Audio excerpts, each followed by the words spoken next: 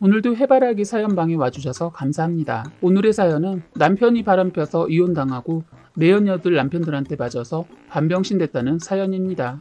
사연 읽기 전에 구독과 좋아요 부탁드리겠습니다. 저는 43살의 남편과 41살의 주부로 남들 사는 것처럼 살았던 부부였습니다. 남편과 저는 아이 학업을 위해 몇 년은 주말 부부로 지내고 있었어요. 그런데 그렇게 성실했던 남편이 아이 학업이 끝나지도 않았는데 무턱대고 직장이 어려워져 다니기 눈치 보인다면서 다른 직장을 알아보지도 않은 상태에서 그쪽만 생각하고 자진 퇴사를 해버리더군요. 그렇게 남편은 하루아침에 백수가 되었는데 다행히 지인의 소개로 다시 일을 하게 됐지만 본인이 오랫동안 해왔던 일이 아니어서 그런지 오래 다니지 못하고 바로 또 그만뒀습니다. 다른 곳을 다시 들어갔지만 한 달을 넘기지 못했어요. 지인의 소개를 받고 간 자리인데 남편이 일을 한 달도 버티지 못하고 그만둬 버리니까 저까지 면목이 없어서 소개받는 것을 그만두고 그냥 구직 신청을 해놓고 제가 시간제 아르바이트를 시작했어요. 남편은 쉬는 날도 마다하고 열심히 일했던 사람인데 하루아침에 백수가 되어서 그런지 스스로 뭘 해야 할지를 모르더라고요. 시간이 갈수록 남편은 누가 봐도 백수로 보일 정도의 행세를 하고 동네를 돌아다니더군요. 이제 갓 사춘기에 접어든 딸이 하교를 하고 학원을 가는 중이었나 봐요. 그때 동네에서 딸은 아빠랑 마주치게 되었는데 딸이 모른 척했던 모양이죠. 그런데 남편은 눈치 없이 자기만 생각하고 반갑게 딸아이한테 달려갔던 모양이에요. 딸은 애들한테 창피했는지 모른 척하려고 하니까 남편 놈이 딸의 이름을 부르는 바람에 딸은 친구들에게 초라한 아빠의 모습을 보여주기 싫었는데 할 수 없이 결국 소개를 하게 되었다고 하더군요. 딸이 집에 와서 울며 불며 얘기해줘서 알게 되었는데 남편 모습을 보니까 머리도 3, 4일은 감지 않은 모습이더라고요. 남편 모습을 보니 저라도 조금은 창피했을 것 같았어요. 그래도 저는 울고 있는 딸에게 오히려 뭐라고 했어요. 남편은 자신이 일을 하고 있지 않아서 그런지 딸아이한테 받은 충격이 컸던지 바로 일을 알아보고 계속해서 면접을 보러 다녔는데 잘 되지 않았습니다. 남편은 원래 먹고 살려면 지인이나 친구 모임 이딴 거 다 필요 없다고 말하던 사람이 갑자기 동창 모임 문자를 받고 가겠다고 하더군요. 쉬고 있는 김에 바람도 쐬고 친구들 얼굴 보면서 기분도 전환시키고 오라고 보냈더니 다녀온 후 며칠 지나서 취직을 할 것 같다고 하더라고요. 친구가 보험을 하고 성공했는데 너무 멋져 보였다고 하면서 자기도 할 수 있다면서 보험을 해보겠다고 하더군요. 갑자기 보험에 대해 얘기를 하면서 흥분한 상태로 말을 하는데 이미 취직을 한 사람 같았습니다. 사실 보험에 대한 나쁜 말을 들은 적이 있어서 살짝 걱정도 되기도 했는데 주변에서도 걱정을 해주더군요. 요번에 일 그만둔 거 빼고는 속을 썩인 적이 없는 남편을 믿고 놀고 있는 것보단 뭐라도 하는 것이 좋을 것 같아 응원해줬어요. 그래서 그 친구 소개로 보험을 하게 되었습니다. 그런데 보험이란 일을 시작하면서 외모뿐만 아니라 하는 행동도 정말 변하기 시작했어요. 원래 말주변이 없는 것은 아니지만 공장에서 잔뼈가 굳어진 사람인데 사람을 상대하는 일을 할 수 있을까 고민했는데 생각보다 잘 버티는 겁니다. 사실 남편이 인물이 어디 내놔도 빠지지 않는 사람이긴 하거든요. 늘 작업복 같은 거 아니면 잠바만 입던 사람이 양복을 입으니까 옷이 날개라고 정말 환칠하더라고요.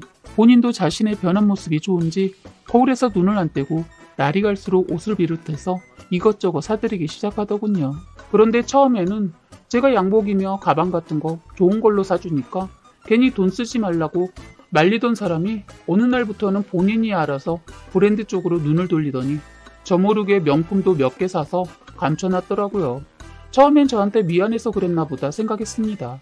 저는 바둥바둥 살면서 아껴두었던 비상금까지 덜어서 이것저것 챙겨줬더니 뒤로 저를 속이고 이러고 있었더군요. 이놈이 이랬던 것에는 다 이유가 있었더라고요. 일을 시작하고 좀 지나자 한동안 잘 굴러다니던 차도 바꾸려고 난리를 쳤었는데 끝까지 차 바꾸는 것을 말렸는데 기가 막힌 게 저 모르게 적금도 해지하고 모자른 나머지 돈은 친구한테 돈을 빌려서 할부로 사서 그 친구한테 갚으면서 차 명의도 친구 명의로 하고 저를 철저하게 속이고 2대를 끌고 다녔더라고요. 새로 산 차는 회사에 놓고 집에 올 땐 전에 있던 차로 퇴근을 했던 겁니다.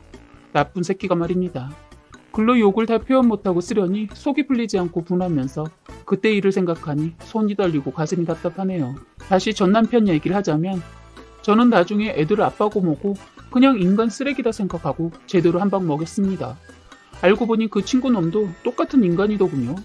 남편 친구놈은 아직 결혼을 하지 않은 상태에서 연애만 거의 8년을 하고 있는데 다 이유가 있었던 건 아닌가 싶더군요. 남편놈 친구놈도 알고 보니까 바람을 밥 먹듯이 피고 있었더라고요. 그래서 여자친구와도 헤어짐을 반복하고 있다는데 너무 기가 막힌 게 들키면 잠잠하고 있다가 용서받고 나면 또 바람 피고 있다는데 그 여자도 대단한 것 같아요.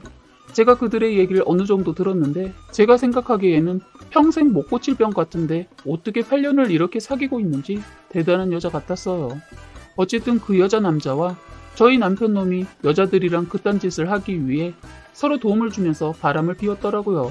살면서 한 번도 여자 문제나 돈 문제로 속을 썩인 적이 없어서 믿었는데 너무 믿은 제가 잘못이라는 생각도 들었어요. 친구 하나 없이 일만 죽어라 했던 사람이 친구를 만나고 나서 너무 활기차게 밝아져서 되려 좋아 보여서 잘 됐다고 생각했는데 이 두 놈들이 저와 그 여자친구를 바보로 만들어 놓고 아주 신나게 바람 피우면서 지냈다고 생각하니까 억울해서 못 살 것 같아서 저는 바람난 여자들의 뒷조사 아닌 뒷조사를 했습니다. 알고 보니 이놈이 직원과 고객과도 바람을 피웠더군요. 사실 바람을 알게 된 것은 남편이 깜빡하고 핸드폰을 두고 출근을 했는데 핸드폰 문자와 한 통의 전화를 받으면서 모든 것이 밝혀지게 되었습니다. 일할 때 쓰는 전화와 개인적으로 쓰는 전화가 있었는데 일할 때 쓴다는 전화를 두고 출근을 했던 거죠.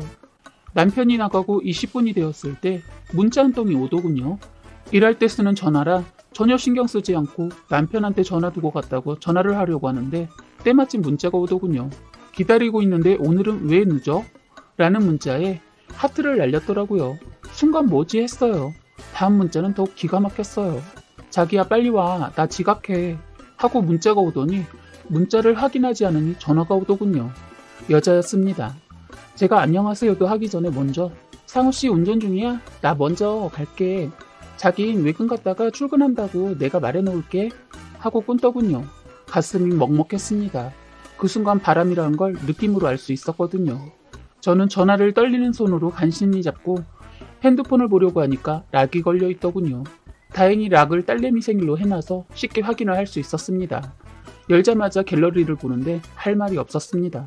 한참 동안 제 휴대폰에 모든 증거 사진 보내고 문자도 확인하고 있는데 남편놈 출근하다 핸드폰 두고 간 걸 알았는지 다시 돌아와서 급했는지 벨도 아닌 번호 누르고 들어오더니 제가 들고 있는 폰을 보자마자 남편놈 얼굴이 벌겋게 달아올라서는 잘못했다고 발이 손이 되도록 싹싹 빌더군요. 저는 그 폰을 봤을 때 이미 이놈과 이혼을 생각하고 있었기 때문에 이 사람의 사과는 의미가 없었습니다. 차도 2대를 가지고 있었다는 것도 핸드폰을 보면서 그때 알았네요. 여자랑 같이 찍은 사진이며 차에서 애정행각을 한 사진도 함께 있더군요.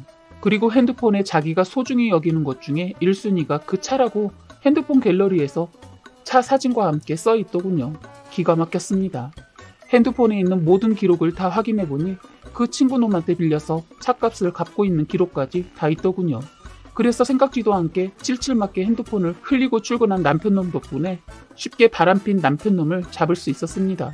저는 남편과 말싸움을 하다 끝내 벽에 걸려있는 가족 사진을 떼어서 바닥에 던져버렸더니 남편놈 어리둥절하더라고요. 저는 엉망이 된 거실을 그냥 두고 방으로 들어갔어요. 한참 있다 나가보니 거실을 깨끗이 치우고 남편놈 나갔더군요. 저는 문자를 보내려고 하니까 딸한테 문자가 온 거예요. 아빠랑 저녁 먹고 가겠다고 하더군요. 저는 마지막 저녁이 될 것 같아서 그냥 뒀습니다. 그리고 다음날 주말이어서 딸도 있었기 때문에 딸도 앉혀놓고 이혼 얘기를 했어요. 남편은 그건 어제 끝난 거 아니야? 내가 잘못했다고 했잖아. 넌 어제 그게 끝났다고 생각하니? 착각했구나. 아니야. 이제 시작이야. 난 내가 다른 몇몇 여자랑 그렇고 그랬다는 게 너무 싫고 더러워. 너 그러고도 나랑 살려고 했어? 제 얘기를 듣고 있던 딸이 아빠 진짜야? 아빠 바람 피운 거야? 그것도 여러 명과? 아빠 이제 우리 집에 오지도 마라. 더러워. 어떻게 그럴 수 있어? 하면서 난 엄마가 선택한 대로 따를게. 그리고 아빠는 다신 얼굴 보기 싫어. 하면서 방으로 들어가 문을 잠가 버리더군요. 저는 혼자 앉아서 아무 말도 못하고 있는 남편놈한테 깔끔하게 끝냈으면 해 하고 말했어요. 그랬더니 이렇게까지 해야 했어? 난 절대로 이혼 안 해. 아니 못해. 그러더군요. 그래서 저는 끝까지 이렇게 나오면 나름 생각해둔 마지막 카드가 있는데 그걸 쓰게 하지 말아줘 했더니 뭔지는 모르겠지만 절대로 이혼은 안 돼 하더군요. 저는 남편과 같은 자리에 앉아서 얘기하는 것도 정말 싫어서 방으로 그냥 들어와서 보란듯이 남편놈한테 뺏어놓은 여자들 전화번호로 전화해서 만나기를 요구했어요. 순순히 나온 여자는 너무 어이가 없게도 너무 당당했어요. 그래서 이런 여자는 말로 안 될 것 같아서 행동으로 보여줬습니다. 여자 머리채 잡고서 앞에 놓인 주스를 얼굴에 부었어요. 그때서야 정신이 바짝 드는지 그 여자 열받아 하면서 경찰을 부르거나 경찰서 가는 것을 거부하더군요. 그런데 우연히 테이블에 올려놓은 그 여자 폰에서 남편이란 이름이 뜬 것을 보고 바로 잽싸게 잡아채서 제가 받았습니다. 그런 다음 그 여자 실체를 다 말하고 끊었어요. 앞에서 울고불고 하면서 씩씩거리더군요. 저는 아까 처음부터 말했을 때가 기회였어. 2번 기회는 없었는데 몰랐구나. 넌 가서 얼른 법정에 올 준비나 하고 있어. 하고 그 여자 제 다리를 부여잡고 용서를 빌면서 우는 걸 뿌리치고 나왔습니다. 그런 다음은 남편과 같은 회사에 다니는 회사 직장 동료를 찾아갔어요. 저를 본 남편놈 기겁하더니 저를 향해 한 걸음에 달려오더니 어쩐 일이야? 난 너한테 볼 일 없고 그 여자 나오라고 해. 없어. 외국 나갔어. 아, 벌써 피신을 시켰니? 너 각오해. 이 회사도 조만간 그만둬야 할걸? 난 내 손에 내 힘 빼면서 너 손 안 봐. 너 앞으로 몸 조심해. 어디서 누가 널 칠지 몰라. 저는 무식하다고 보일 정도로 큰 소리로 그 놈과 같이 바람을 피운 여자 직원을 불렀습니다. 정말 외근을 나갔는지 숨었는지 얼굴을 내비치지 않더군요. 잘 들어 당신. 여기서만 끝내고 가려고 했는데 안 되겠다. 사람이 사고를 치고도 사과를 안 하면 안 되지. 네가 안 하면 다른 사람한테 받아야지. 일단 그렇게 알아라. 하고 뒤돌아서는데 갑자기 어딘가에서 뛰쳐나오더니 잘못했다고 하면서 무릎까지 꿇고 빌더군요. 아니, 넌 기회를 놓쳤어. 넌 사람 잘못 건드렸어. 하고 나오는데 남편 놈이 꼭 이렇게까지 해야 해? 하더군요. 어이가 없어서 너도 조심해. 생각 안 하고 그렇게 말을 그냥 내뱉지 마. 너 바람 피우고 너무 당당한 것 같다. 내가 원하는 이혼 그래 하자 하더군요. 좋아 하자. 내가 원하는 대로 해주면 해줄게. 말하고 저는 몇몇 다른 여자들도 더 만나서 혼을 내주고 왔습니다. 몇 명은 남편이 총각 행세를 해서 자기도 피해자라고 하면서 자기 남편한테 알리지 말아달라고 싹싹 빌더군요.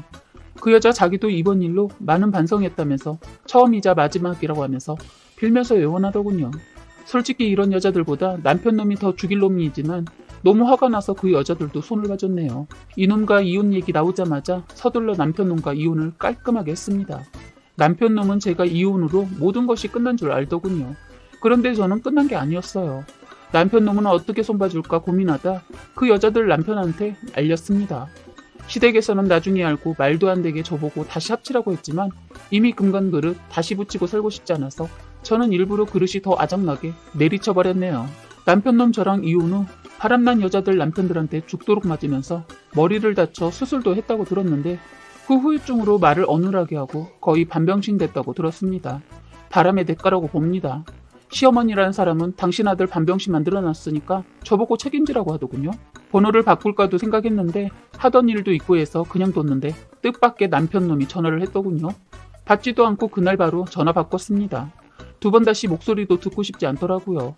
딸아이도 아빠한테 정이 떨어져서 그런지 엄마가 하는 대로 따르겠다고 해서 딸도 번호 바꾸고 저희는 살던 집도 팔고 시댁에서 2번 다시 연락할 수 없는 방법을 찾아서 살고 있습니다. 조만간 딸아이와 이민을 가서 살 생각입니다. 딸도 공부를 외국 가서 하고 싶다고 해서 어려운 일이긴 하지만 도전해 보려고 합니다. 다행히 친정아버지가 도움을 주신다고 해서 결정하게 되었습니다. 이혼할 때 친정부모님 속상한 것 같아서 심적으로 많이 힘들었는데 도움까지 주신다니 너무 죄송하고 감사할 따름이고 앞으로 힘내서 더 열심히 살아볼 생각입니다. 사연은 여기까지였고요. 구독과 좋아요, 알림 설정 부탁드리겠습니다.